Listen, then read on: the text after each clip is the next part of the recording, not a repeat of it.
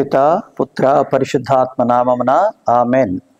ప్రియ దేవుని బిడ్డలారా, ఈరోజు మరోసారి మనందరినీ దేవుని వాక్యానికి ఆహ్వానిస్తున్నటువంటి మన ప్రియ రక్షకుడు మన ప్రభువునైన యేసుక్రీస్తు నామములో మీ అందరినీ మరోసారి ఆహ్వానిస్తూ ఉన్నాను.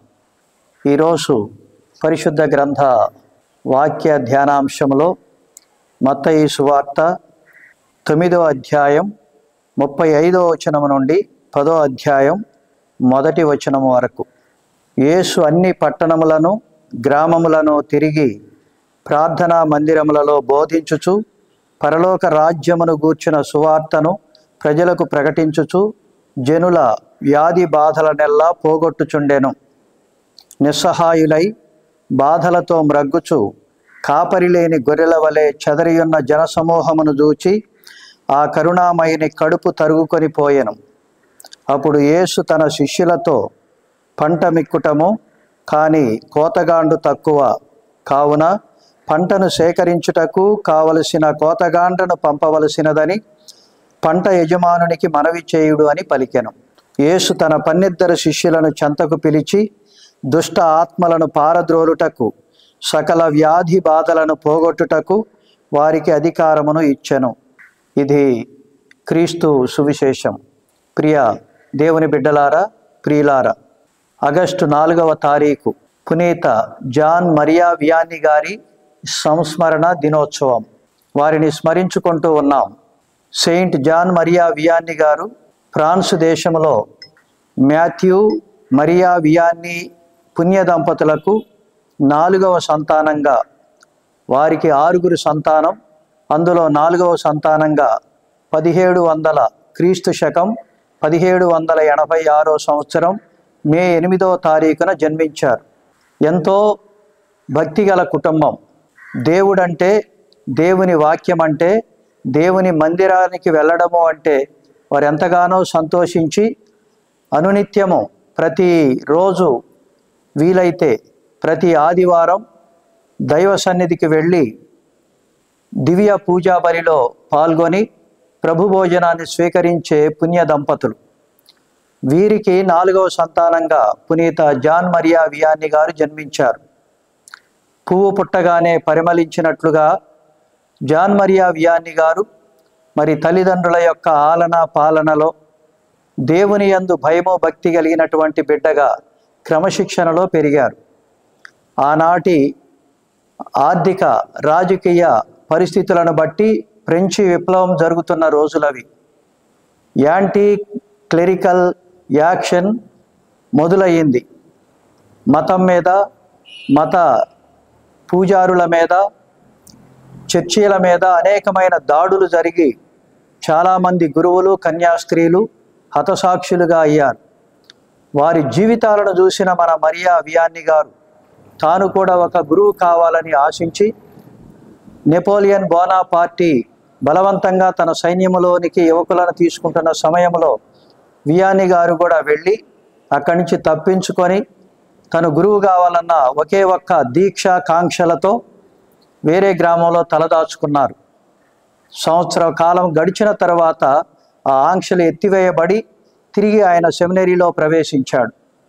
సెమినరీ జీవితం ఆయనకు కొంచెం ఇబ్బందిగానే ఉండేది.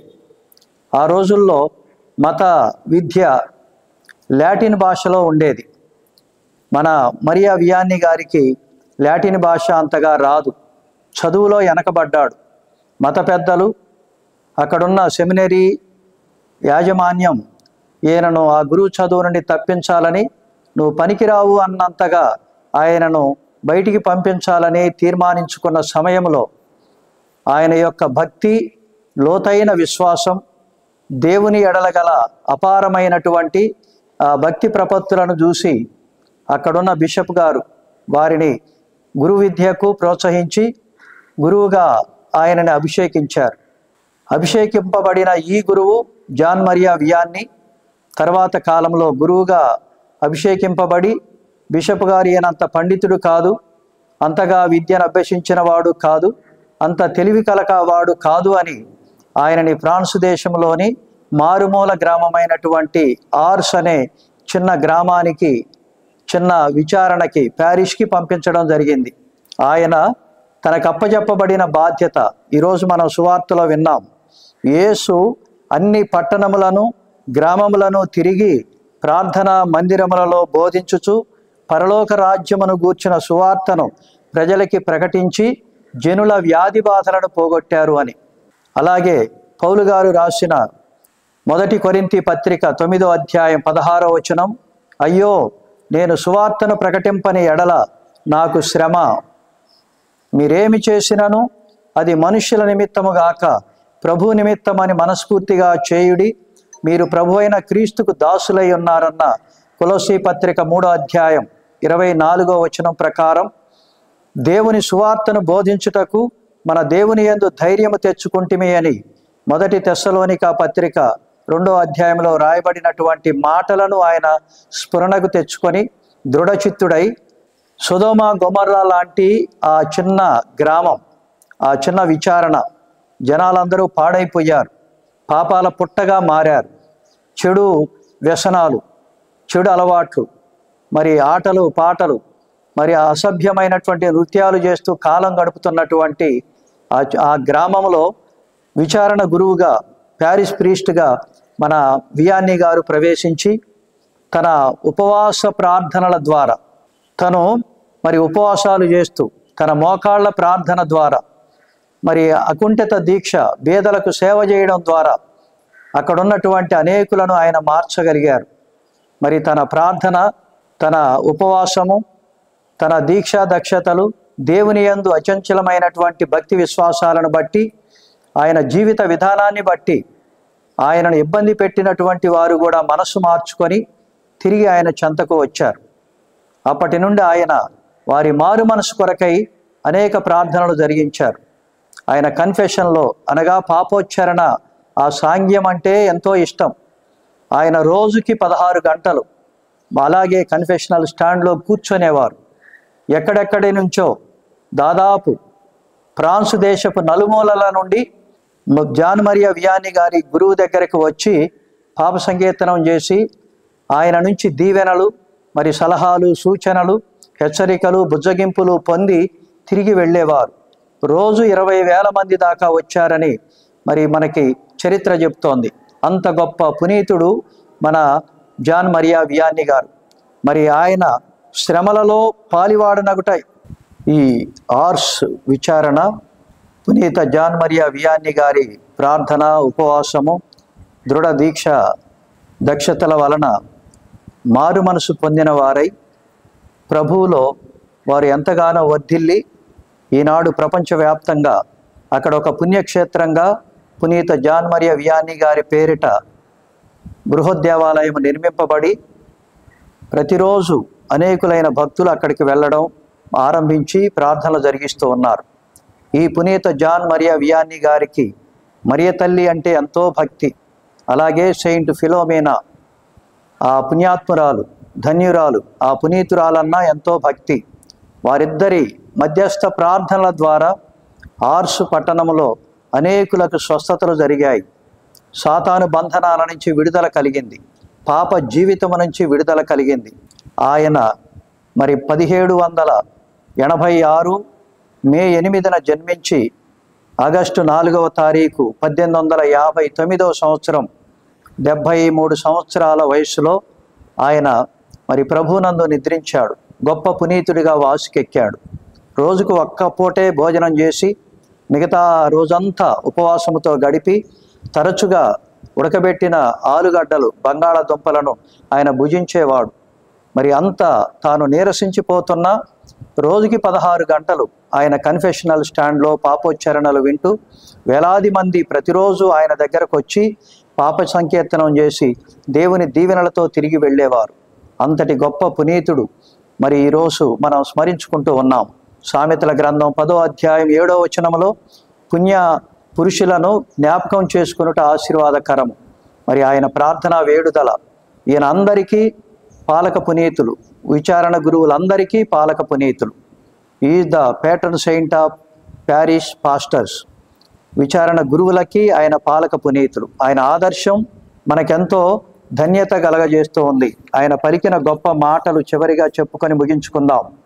పునీత జాన్ మరియా వియాన్ని గారు అన్నారు, మొదట దేవుని గూర్చి నేను చదివినది, నేర్చుకున్నది బోధించాను.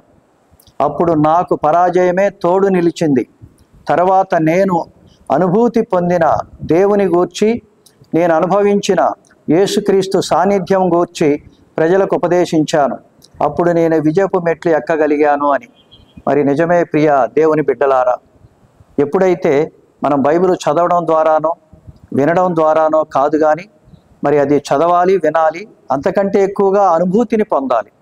ఆయన యేసు ప్రభు యొక్క సాన్నిధ్యాన్ని మనం అనుభవించాలి. అప్పుడే మనం నిజమైన క్రైస్తవ బిడ్డలుగా, రక్షణ పొందిన బిడ్డలుగా వర్ధిల్లుతాం. పునీత జాన్ మరియా వియాన్ని గారా, మా కొరకు ప్రార్థించండి అని ఆ పుణ్యాత్ముణ్ణి, ఆ పుణ్యపురుషుణ్ణి, ఆ పరిశుద్ధుని, ఆ పునీతిని జీవితాన్ని ఆదర్శంగా తీసుకొని జీవితాన్ని మొదలుపెట్టి మారు మనసు, హృదయ పరివర్తన చెందిన బిడ్డలుగా వర్ధిల్లుదాం. ఆమెన్. సువార్తను బోధించు వారి పాదముల్ సుందరమైనవి, ధన్యమైనవి. జై జై యేసునామం, జై జై యేసునామం, జై జై యేసునామం, జై జై యేసునామం. ఆయన సువార్తను బోధించాడు. ఆ పరిశుద్ధిని పాదాలు ఎంతో సుందరమైనవి, ఎంతో విలువైనవి. ప్రార్థన చేసుకుందాం. సర్వశక్తిమంతుడా ప్రభువా, సర్వోన్నతుడైన దేవ, ఈ పరిశుద్ధ గడియలలో అయ్యా, మీరు మత్తయి సువార్త 10వ అధ్యాయంలో 9వ అధ్యాయం 10వ అధ్యాయంలో మాతో మాట్లాడారు. మీరు అన్ని పట్టణాలను, గ్రామాలను తిరిగి ప్రార్థనా మందిరములో బోధించి పరలోక రాజ్యమును గూర్చిన సువార్త ప్రజలకు ప్రకటించారు. ప్రజల వ్యాధి బాధలల్లా పోగొట్టారు.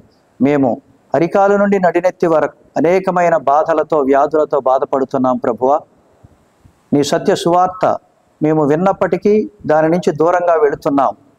ఆర్సు పట్టణ ప్రజల వలె మరి చెడు అలవాట్లు, దురలవాట్లతో, మరి చెడు అభ్యాసాలు, దురభ్యాసాలతో పాడైపోతున్న జీవితాలు ఉన్నాయి నాయన. చాలా కుటుంబాలు, సంఘాలు క్షీణిస్తున్న దశలో ఉన్న తరుణంలో ప్రభువా మమ్మల్ని తాకండి, తట్టండి. అలాంటి జాన్ మరియా వియాన్ని లాంటి పరిశుద్ధుల ప్రార్థనల ద్వారా, వేడుదల ద్వారా మా జీవితాలు కట్టబడి, కడగబడి యేసయ్య రక్తములో మేము జయాన్ని పొందుకునే భాగ్యాన్ని దయచేయమని ప్రభువా యేసయ్య నీ అశ్రేష్టమైన నామములో తండ్రి అయిన దేవుని వినయంగా అడిగి వేడుకుంటున్నాము తండ్రి. ఆమెన్. ప్రియ దేవుని బిడ్డలారా, subscribe mid studios. God bless you all. దేవుడు మిమ్మందరినీ దీవించుగాక. ఆమెన్.